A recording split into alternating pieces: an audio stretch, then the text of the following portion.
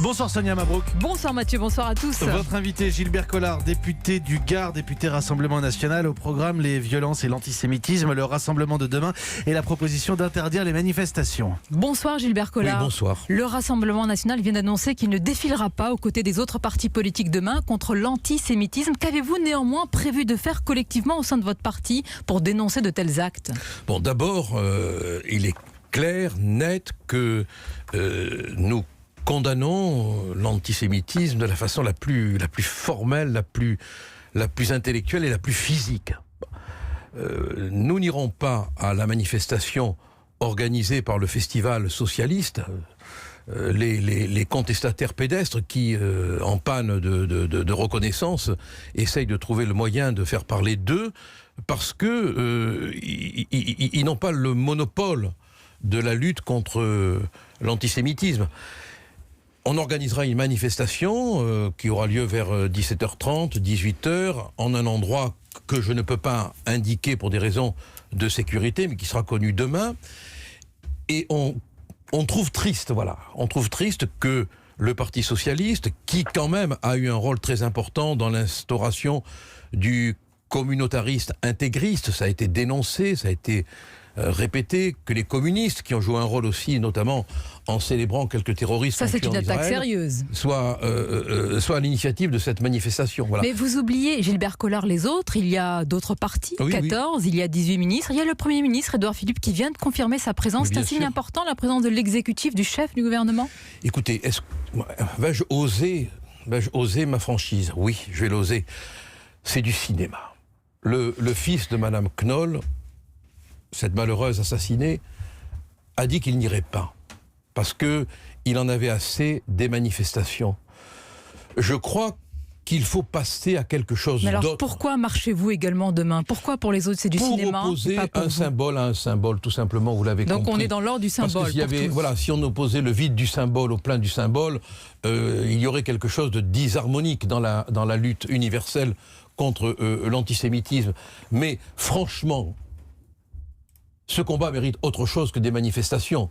Depuis qu'on manifeste, Youssef Fofana, il a tué Ilan Halimi, Mohamed Merah, Ozar Hatorah, l'école, Koulibaly, l'hypercacher, Mehdi Mouche, le musée juif.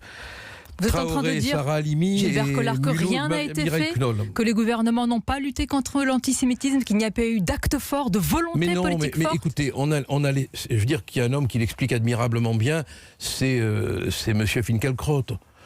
On a laissé, par faiblesse, je veux dire, par lâcheté, au détriment des musulmans corrects, qui ont le droit de vivre et d'être en paix aussi, on a laissé s'installer un intégrisme, un salafisme triomphant.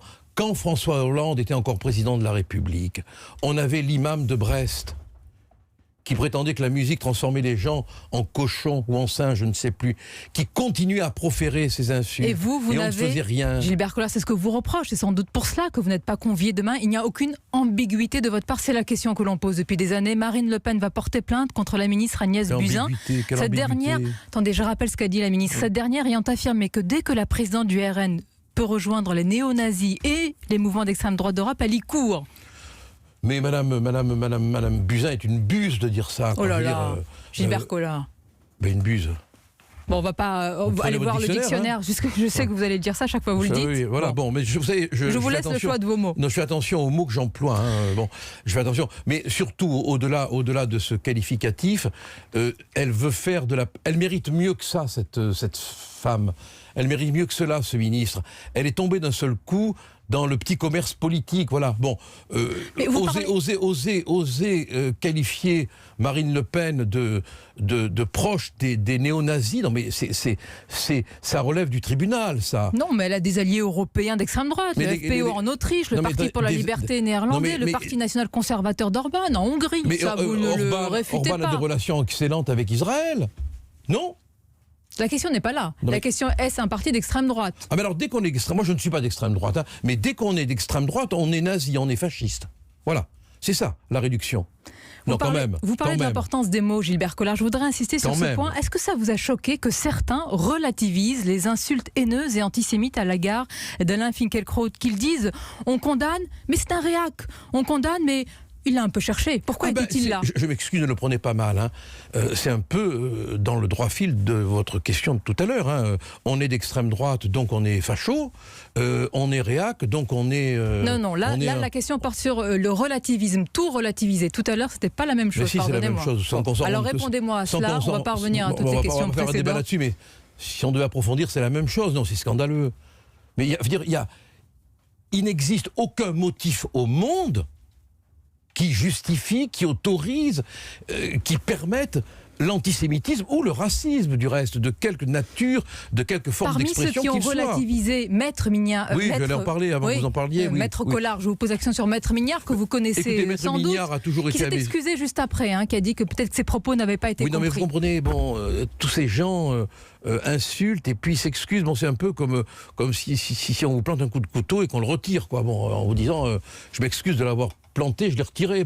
Le mal est fait, quoi. Moi, j'en reviens pas de la part de Mignard. Honnêtement, c'est un avocat remarquable, j'avais beaucoup d'estime pour lui, parce qu'il c'était une figure morale dans le barreau, et qu'il ose dire que ce qui est arrivé à Finkielkraut, ça a été quasiment de son fait pour faire de la pub.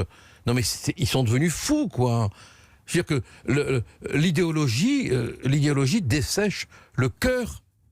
C'est grave. Alors comment combattre plus largement? Vous avez dit tout à l'heure qu'il fallait des actes. Il y a des députés qui veulent faire, Gilbert Collard, de l'antisionisme un délit. Selon eux, l'antisionisme est une forme cachée de l'antisémitisme. Qu'est-ce que vous en pensez? Il faut remonter à l'histoire. Le sionisme est né de l'idée de Théodore Herzl pendant l'affaire Dreyfus, et il a voulu, son idée, donner au peuple juif une terre. Alors quand on voit que le Hamas conteste le droit à Israël d'exister, il conteste à Israël le droit d'exister. Quand on voit que beaucoup d'antisémites sont antisionistes, retournent à Tel Aviv, Palestine, on se demande si quelque part il n'y a pas une fraude. Et si on cherche vous n'y êtes pas défavorable, alors? Je me pose des questions, franchement, parce que... Est-ce que ça dépend, pardonnez-moi, de la définition de l'antisionisme? Si l'antisionisme, c'est la négation de l'existence d'Israël, vous dites oui, il faut en faire un délit. Si c'est juste critiquer la politique israélienne, c'est autre chose. Critiquer la politique israélienne, c'est un droit que tout homme a, quand même. Mais critiquer, nier l'existence d'Israël, c'est un génocide intellectuel qui peut aller très loin, quoi. On ne peut pas contester l'éternité de l'État d'Israël. C'est un lieu où se retrouvent tellement de souffrances, tellement d'histoires blessées, tellement de douleurs qu'on ne peut pas contester la réalité de l'État d'Israël. On va bientôt conclure cette interview. Vous avez remarqué comme on est loin des premières préoccupations et revendications des Gilets jaunes.